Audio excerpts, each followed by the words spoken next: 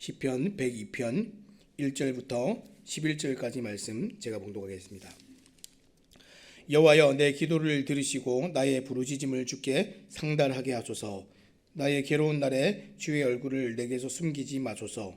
주의 귀를 내게 기울이사 내가 부르짖는 날에 속히 내게 응답하소서. 내 날이 연기같이 소멸하며 내 뼈가 숯같이 탔음이니이다. 내가 음식 먹기도 잊었으므로 내 마음이 풀같이 시들고 말라버렸사오며 나의 탄식 소리로 말미암아 나의 살이 뼈에 붙었나이다. 나는 광야의 올빼미 같고 황폐한 곳에 부엉이같이 되었사오며 내가 밤을 새우니 지붕 위에 외로운 참새 같으니이다. 내 원수들이 종일 나를 비방하며 내게 대항하여 미칠 듯이 날뛰는 자들이 나를 가리켜 맹세하나이다. 나는 죄를 양식같이 먹으며 나는 눈물 섞인 물을 마셨나이다. 주의 분노와 진노로 말미암음이라. 주께서 나를 들어서 던지셨나이다. 내 날이 길어지는 그림자 같고 내가 풀에 시들어짐 같으니이다. 아멘. 오늘 우리가 고통 중에 피어난 믿음이라는 제목을 가지고 함께 말씀을 나누기 원합니다. 시편 102편은 고난당한 자가 지금 마음이 상하여 그의 근심을 여호와 앞에 토로하는 기도라는 머릿말이 붙어 있습니다. 그래서 이 시편은 고난 중에 말보다는 심령으로 드리는 기도입니다. 이 형식적인 이 기도의 내용은 굉장히 짧지만 강렬한 간청이 이 시편에 전체적으로 흐르고 있습니다. 우리가 이 고통 중에 지금 만나게 되는 하나님, 그것을 우리가 좀 함께 좀 살펴볼 텐데, 우리가 일상적으로 늘 생각하고 만나는 그 하나님은 참 좋으신 하나님이시죠. 근데 우리가 고통 중에 만나는 하나님은 굉장히 낯선 하나님을 만나게 될 때가 있습니다. 그 하나님을 만날 때 하나님께서는 우리에게 무엇을 요구하시는가, 그것을 우리가 함께 좀 또 살펴보기를 원합니다. 첫 번째로 우리가 고통 중에 어떤 하나님을 만나게 됩니까? 우리는 고통 중에 숨으시는 하나님을 만나게 됩니다. 1절과 2절 말씀 제가 한번 읽어보겠습니다. 여호와여, 내 기도를 들으시고 나의 부르짖음을 주께 상달하게 하소서. 나의 괴로운 날에 주의 얼굴을 내게서 숨기지 마소서. 주의 귀를 내게 기울이사 내가 부르짖는 날에 속히 내게 응답하소서. 오늘 시인의 기도는 고난으로 인한 비통함의 기도입니다. 그래서 기도가 하나님의 귀와 마음에 상달되기를 간절히 지금 바라면서 기도를 하고 있지요. 그런데 만일 우리의 기도가 하나님께 상달되지 않는다면 우리는 더 이상 기도할 필요가 없습니다. 왜냐하면 기도를 듣는 분이 계시지 않는데 열심히 외치는 것은 무의미하기 때문입니다. 그러나 오늘 시인은 계속해서 하나님께 얼굴을 숨기지 마시고 내게 응답하소서라고 외치고 있습니다. 이것을 볼 때 시인은 이 기도를 들으시는 분이 계심을 분명히 알고 있지요. 다만 지금 상황이 다급하고 자신이 지금 기다릴 수 없을 정도로 지쳐있다 하는 그 모습들을 내비치고 있습니다. 그래서 기도의 응답을 구하면서 뭐라고 합니까? 내가 부르짖는 날에 속히 내게 응답하소서라고 말하면서 속히라고 이렇게 얘기합니다. 우리는 하나님께서 계신 것은 알지만 마치 계시지 않고 듣지 않으시는 것 같은 경험을 할 때가 있습니다. 특히 고난과 고통과 어려움 중에는 이런 경험들이 더하지요. 왜 그런 경험을 할까요? 그것은 하나님께서 지금 의도적으로 숨으시기 때문입니다. 하나님을 우리 한번 생각해 보기 원합니다.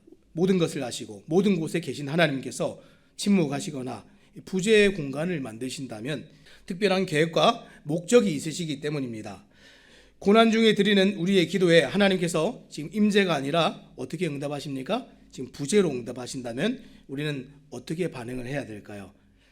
때로는 우리가 하나님은 늘 우리에게 임재하시고 우리에게 정말 응답하시는 하나님으로만 알았다가 우리가 고난과 고통 중에는 더 빨리 응답하실 줄 알았는데 하나님께서 침묵하시거나 부재하신다면 그때 우리는 어떻게 반응을 해야 될까요? 우리는 가능한 한 빨리 기도에 응답해달라고 간구할 수는 있지만 하나님의 전능하심과 선하심을 믿는다면 불평할 수는 없습니다. 우리가 끈질기게 간구할 수는 있지만 하나님께 감히 명령하거나 비난할 수 있는 권리는 우리에게 전혀 없습니다. 왜냐하면 하나님은 절대로 게으르게 일을 미루시거나 약속을 불이행하시는 하나님이 아니시기 때문에 그렇습니다. 그렇기 때문에 하나님께서 고난 중에 우리의 기도에 침묵하시거나 부재로 응답하신다면 우리는 하나님의 능력이 부족한 것이 아니라 내 생각보다 더 크고 특별한 계획이 있으시다는 것을 우리는 분명히 알아야 됩니다. 비록 우리는 그 일이 무엇인지 알지 못하지만 이 일을 행하시는 하나님이 선하심을 우리는 믿어야 합니다.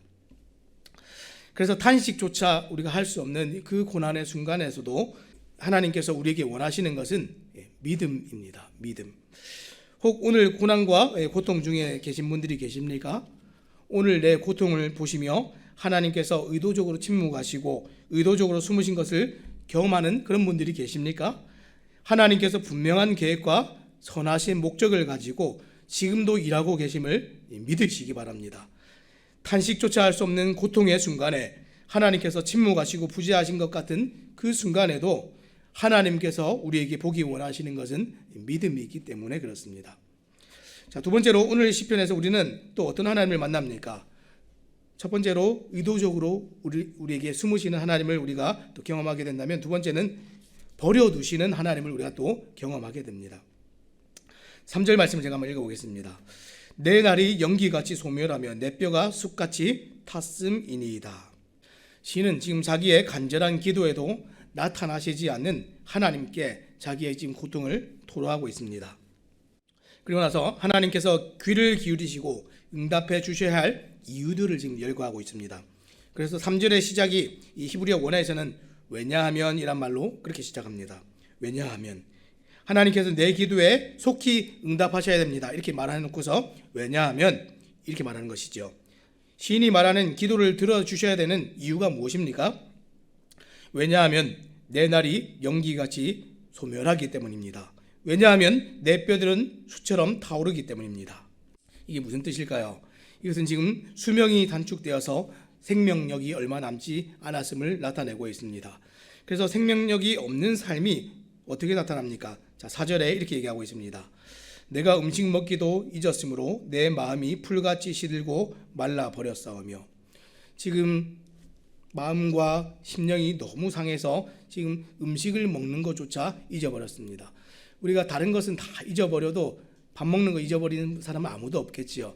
그런데 우리가 정말 고난과 고통과 괴로움 중에 있을 때는 이 본능적으로 먹어야 되는 그 밥조차도 잊어버리면서 그 괴로움 속에 있을 때가 있습니다. 지금 시인의 상태가 그렇다는 것이죠.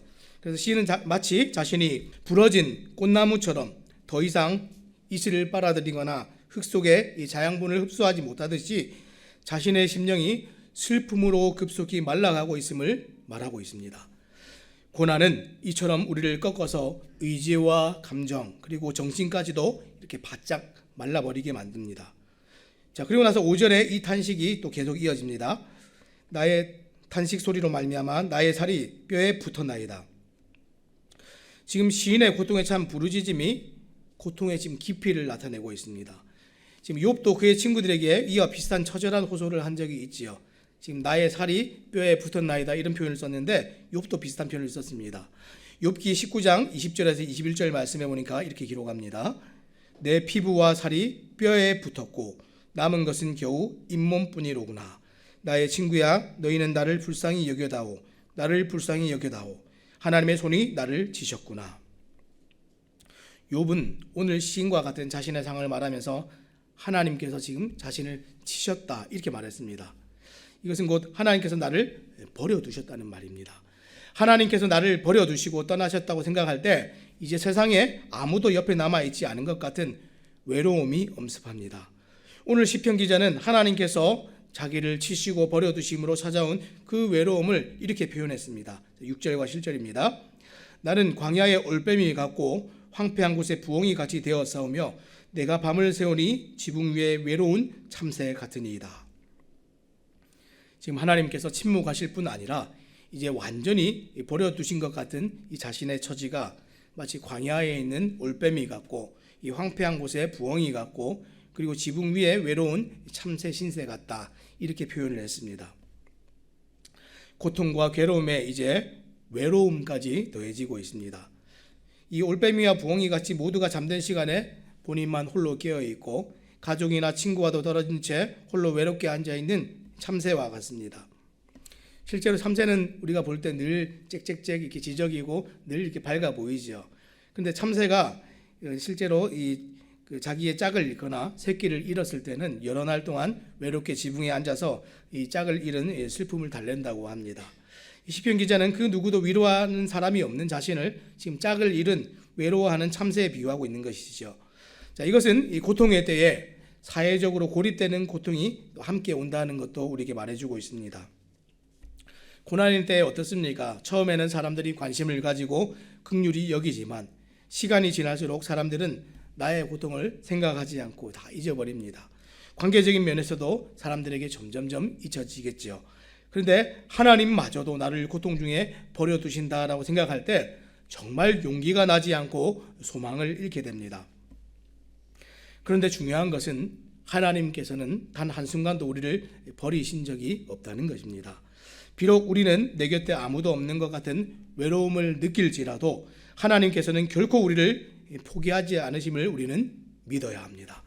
그래서 하나님께서 우리를 버리신 것 같은 그 순간에도 하나님께서 우리에게 지금 원하시는 것은 또 똑같이 믿음입니다. 혹 오늘 사람들도 다 떠나고 하나님도 내게 계시지 않은 것 같고 세상에 홀로 남겨진 것 같은 그런 느낌이 드신 분들이 계십니까? 하나님께서는 결코 여러분들을 버리지 않으시고 끝까지 사랑하시는 하나님이심을 믿으시기 바랍니다. 그래서 오늘 가장 혼자라고 느껴지는 그 순간에도 하나님께서 우리에게 보기 원하시는 것은 하나님을 향한 우리의 믿음입니다. 자, 세 번째로 오늘 시편에서 우리는 어떤 하나님을 만나게 됩니까? 첫 번째로 고통과 고난 중에 하나님이 숨으시는 것 같고 버려두신 것 같았는데 이번에는 진노하시는 하나님을 만나게 됩니다. 자, 8절 말씀 읽겠습니다. 내 원수들이 종일 나를 비방하며 내게 대항하여 미칠 듯이 날뛰는 자들이 나를 가리켜 맹세하나이다. 가뜩이나 힘든데 신의 고통을 가중시키는 것이 또 있습니다. 그것은 나를 대적하여 비방하고 조롱하는 사람들입니다. 고통의 때에 나를 위로하는 친구는 지금 하나도 없는데 찾아와서 내 삶에 훈수를 두고 자신의 잘남을 드러내며 오히려 조롱하는 사람들은 왜 이렇게 많습니까? 욥을 보아도 그렇죠. 우리는 흔히 욥의 새 친구라고 말하지만 욥을 찾아왔던 친구들도 사실 그들의 말을 들어보면 이게 친구인지 원수인지 구분이 안 갑니다. 근데 오늘 시인에게도 잠깐도 아닌 종일 비방하고 대항하는 사람들이 주변에 있었습니다. 그들은 고통받는 것을 보니까 분명히 너는 하나님께 버림받은 것이 틀림없다 이러면서 지금 놀려대고 있습니다. 지금 욥의 친구들과 너무 비슷하죠. 심지어 그들은 맹세까지 해가면서 이런 일을 하고 있습니다. 이로 인해서 신의 고통은 더욱 깊어지고 있습니다. 자, 9절 말씀 보겠습니다. 나는 죄를 양식같이 먹으며 나는 눈물 섞인 물을 마셨나이다. 지금 시인이 무엇을 먹고 마신다고 얘기했습니까? 죄를 양식같이 먹고 눈물을 물로 마신다 이렇게 얘기했습니다. 다시 말하면 시인이 지금 먹고 마시는 것은 몸의 기운을 북돋우는 음식이 아니라 괴로움과 지금 슬픔의 재료입니다. 시인이 이토록 비통하고 슬픈 이유가 무엇입니까? 단순히 지금 개인적인 고통 때문만은 아닙니다. 자, 10절에서 11절 말씀 제가 읽겠습니다. 주의 분노와 진노로 말미암음이라 주께서 나를 들어서 던지셨나이다. 내 날이 기울어지는 그림자 같고 내가 풀에 시들어짐 같으니이다. 지금 시인은 자신의 이 지독한 괴로움의 원인이 하나님께 있다라고 여기고 있습니다. 왜냐하면 하나님께서 이 분노와 진노로 자기를 이 고통 속으로 집어 던지셨기 때문이다 이렇게 말했습니다. 사랑하는 여러분, 하나님께서 분노하시는데 언제 분노하십니까? 우리가 성경을 다 이렇게 읽어보아도 하나님께서 분노하시는 대목은 항상 똑같습니다. 하나님께서는 죄에 대해서 분노하십니다. 이 말은 결국 시인이 자신의 죄가 하나님의 분노와 고통을 가져왔다라고 말하는 것과 같습니다. 진짜로 그렇다면 시인은 죄를 떠올리며 회개를 해야 마땅한 것이죠. 그런데 시인의 태도는 불평하며 자신이 마치 희생자인 것처럼 그렇게 말을 하고 있습니다. 정말 그렇습니까? 정말 하나님께서 시인을 버리시기 위해서 지금 고통을 주십니까? 하나님께서 진짜 시인을 버리셔서 진노하신 것이라면 시인에게는 더 이상 소망이 없습니다. 그래서 시인은 11절에서 자신의 날이 기울어진 그림자 같고 풀에 시들어짐 같다라고 말합니다. 진짜 소망이 없어서 절망하는 시인의 모습이 지금 역력하지요. 하지만 이 말을 뒤집어 보면 고통을 직면하는 시간 유일한 소망이 하나님께 있다라는 것을 지금 역설적으로 얘기하고 있습니다. 하나님이 나를 버리시면 나는 소망이 없습니다. 이 말은 하나님이 안 버리시면 하나님만이 유일한 나의 소망이십니다라는 것을 고백하는 것입니다. 사랑하는 여러분, 믿음으로 살아가는 우리들조차 삶의 현실적인 고통으로부터 완전히 자유로울 수가 없습니다. 모든 사람들에게 고통이 있고 괴로움이 있고 이 땅을 살아가는 동안 참 말할 수 없는 아픔들이 다 있습니다. 믿는 사람들이라고 그것을 피해갈 수는 없지요. 그래서 가끔은 정말 하나님께서 나에게 분을 내시고 진노를 쏟아붓고 계신 게 아닌가라고 생각될 때가 있습니다. 그런 순간에도 우리가 잊지 말아야 할 것은 우리의 유일한 소망이 하나님 한 분이시라는 것입니다. 아담과 하와가 범죄하였을 때를 한번 생각해 보시기 바랍니다. 하나님께서는 아담과 하와에게 이 죄에 대한 진노와 심판을 말씀하셨지만 그들의 유일한 소망은 오직 하나님 한 분이셨습니다. 그래서 하나님께서 우리에게 진노하시는 것 같은 그 순간에도 하나님께서 우리에게 원하시는 것은 지금 믿음입니다. 믿음. 혹 오늘 하나님의 모든 저주와 진노가 쏟아져 숨쉴 수조차 없다고 느껴지는 그런 분들이 계십니까? 여러분이 그렇게 느끼실지라도 여러분의 유일한 소망은 하나님 한 분이십니다. 하나님을 떠나서는 세상에서 여러분이 단 한순간도 제대로 살 수 없음을 믿으시기 바랍니다. 그래서 오늘 세상의 모든 비난과 저주가 하나님의 진노처럼 쏟아질 때도 하나님께서 우리에게 보기 원하시는 것은 믿음입니다. 오늘 말씀을 맺겠습니다.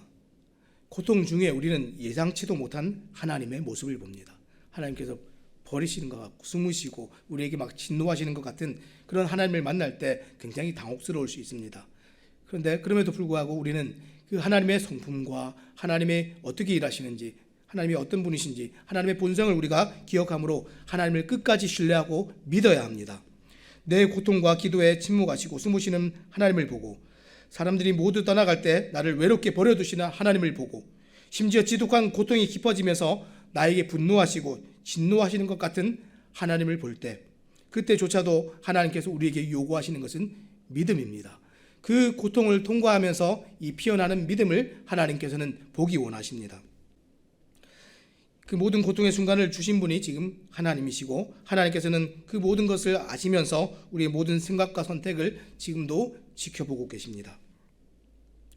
그래서 우리를 향한 하나님의 모든 것은 의도적이고 반드시 목적이 있으십니다. 성경의 그 하나님이 고통의 순간에도 변함이 없다면 그때 하나님은 우리에게 무엇을 보기 원하십니까? 우리에게 변함없는 믿음을 보기 원하십니다. 사랑하는 여러분, 우리가 고통 중에도 믿음이 피어날 수 있는 이유가 무엇입니까? 지금도 살아계시고 우리를 향하신 전능하신 하나님의 사랑과 선하심이 변함이 없기 때문에 그렇습니다. 오늘 하루 고통 속에서 내 생각과 다른 하나님을 경험하더라도 절대로 당황스러워하지 마시고, 우리의 유일한 소망이 주 예수 그리스도와 하나님 한 분께만 있다는 사실을 굳게 믿고 살아가시는 새삼침내교회 모든 성도님들 되시기를 우리 주님의 이름으로 부탁드립니다. 기도하겠습니다.